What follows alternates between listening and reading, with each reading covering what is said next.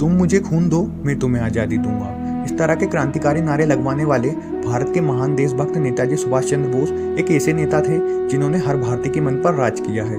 दोस्तों, इनकी लीडरशिप का अंदाजा आप इसी बात से लगा सकते हैं कि उनके भारत में ही नहीं बल्कि पूरी दुनिया में आपको चाहने वाले मिल जाएंगे। सुभाष चंद्र बोस खुद गांधी जी के बहुत बड़े प्रशंसक थे, लेकिन उनका स्वतंत्रता पाने का रास्ता गांधी जी से बिल्कुल ही अलग था। क्योंकि दोस्तों, बोस का मानना था कि आज़ादी जैसी उपलब्धि हमें अहिंसा के रास्ते नहीं मिल सकती, इसके लिए हमें बलिदान देने होंगे। दोस्तों, आज़ादी की बात हो और नेताजी का नाम ना आए, ऐसा हो ही नहीं सकता है। तो दोस्तों, इस वीडियो में चलिए हम नेताजी सुभाष चंद्र बोस के जीवन को करीब से जानते हैं कि कैसे उन्होंने निष्क्रिय पड़ी भारतीय सेना को फिर से मजबूत करने का काम किया। दोस्तों, इस कहानी की शुरुआत होती है 23 जनवरी 1897 को, जब कटक उड़ीसा में सुभाष चंद्र बोस का जन्म हुआ। उनके पिता का नाम जानकीनाथ बोस था, जो कि पेशे से एक वकील थे। उनकी मां का नाम प्रभावती बोस था। इसके अलावा उनकी फैमिली में उनके 13 भाई बहन और थे। दोस्तों, सुभाष चंद्र बोस को पढ़ाई लिखाई में शुरू से ही काफ़ी दिलचस्पी थी, इसीलिए वे अपने सभी टीचर्स के फेवरेट थे। दोस्तों, उन्हें महापुरुषों की किताबें पढ़ना बहुत ज़्यादा पसंद था और वे विवेकानंद और रामकृष्ण परमहंस से बहुत ज़्यादा प्रभावित थे।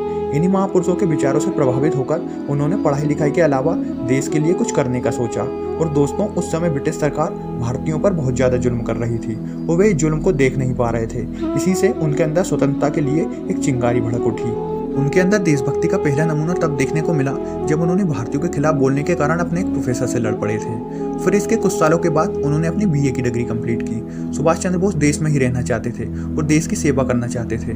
दोस्तों, परंतु उन्हें अपने पिता के दबाव में आकर देश छोड़कर इंग्लैंड जाना पड़ा, क्योंकि उनके पिता चाहते थे कि वे एक अच्छी नौकरी करें। और फिर कैम्ब्रिज में जाकर उन्होंने पढ़ाई पूरी की। इसके बाद इंडियन सिविल सर्विस के एग्जामिनेशन में उन्होंने 4th रैंक हासिल की, लेकिन इतनी अच्छी रैंक के बाद भी उन्होंने नौकरी छोड़ दी, क्योंकि वे चाहते थे कि वे देश के लिए कुछ करें, ना कि ब्रिटिश सरकार की गुलामी करें।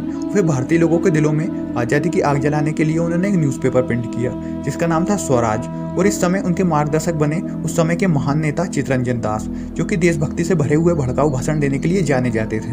और फिर सुभाष चंद्र बोस के काम को देखते हुए उन्हें ऑल इंडियन यूथ कांग्रेस का प्रेसिडेंट चुन लिया गया। हालांकि स्वतंत्रता के लिए लोगों को उकसाने के जुर्म में उन्हें गिरफ्तार कर लिया गया। फिर 1927 में उन्हें जेल से रिहा कर दिया गया। जेल से रिहा होने के बाद उन्हें कांग्रेस पार्टी के जनरल सेक्रेटरी के पद पर रख लिया गया और यहाँ वे जवाहरलाल नेहरू के साथ आज़ादी की जंग में कूद पड़े थे। फिर 1930 में नेताजी यूरोप चले गए। यहाँ उन्होंने कई बड़े बड़े नेताओं से मिलकर पार्टी चलाने का गुण सीख रहे थे। इसी दौरान उन्होंने अपनी पुस्तक द इंडियन स्ट्रगल लॉन्च की। दोस्तों, लंदन में होने के कारण इस किताब को पूरी तरह से बैन कर दिया गया था। फिर वापस आने के बाद बोस ने कांग्रेस पार्टी के प्रेसिडेंट के लिए चुन लिया गया था, परंतु अहिंसा के पुजारी गांधी जी नेताजी को कभी भी पसंद नहीं करते थे। और ये बात जब बोस को पता चली तो उन्होंने कांग्रेस पार्टी के पद से इस्तीफा दे दिया।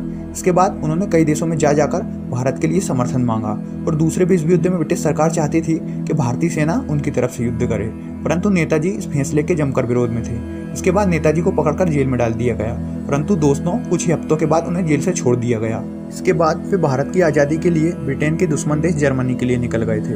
यहाँ पर हिटलर ने उनसे भारत को समर्थन देने का वादा किया था। दोस्तों, इसके बाद वे जापान चले गए। जापान के प्रधानमंत्री ने भी भारत को समर्थन देने की बात कही। फिर जापान में ही उन्होंने आज़ाद हिंद फौज की स्थापना की और उन्होंने तुम मुझे खून दो, मैं तुम्हें आज़ादी दूंगा जैसे नारे देकर भारतीयों के उत्साह को और भी बढ़ा दिया था। और फिर इसी तरह देश की सेवा करते करते 18 अगस्त 1945 को नेताजी की विमान दुर्घटना में मृत्यु हो गई थी। उनकी लगाई गई चिंगारी कुछ ही सालों तक भारत में आज़ादी की लहर ला गई थी। दोस्तों, 15 अगस्त 1947 को हमारा देश आज़ाद हो गया। नेताजी इस कहानी के असली हीरो हैं। दोस्तों, उम्मीद करते हैं कहानी आपको पसंद आई होगी। यदि कहानी पसंद आई तो हमारे चैनल को जरूर सब्सक्राइब करें। जय हिंद, जय भारत।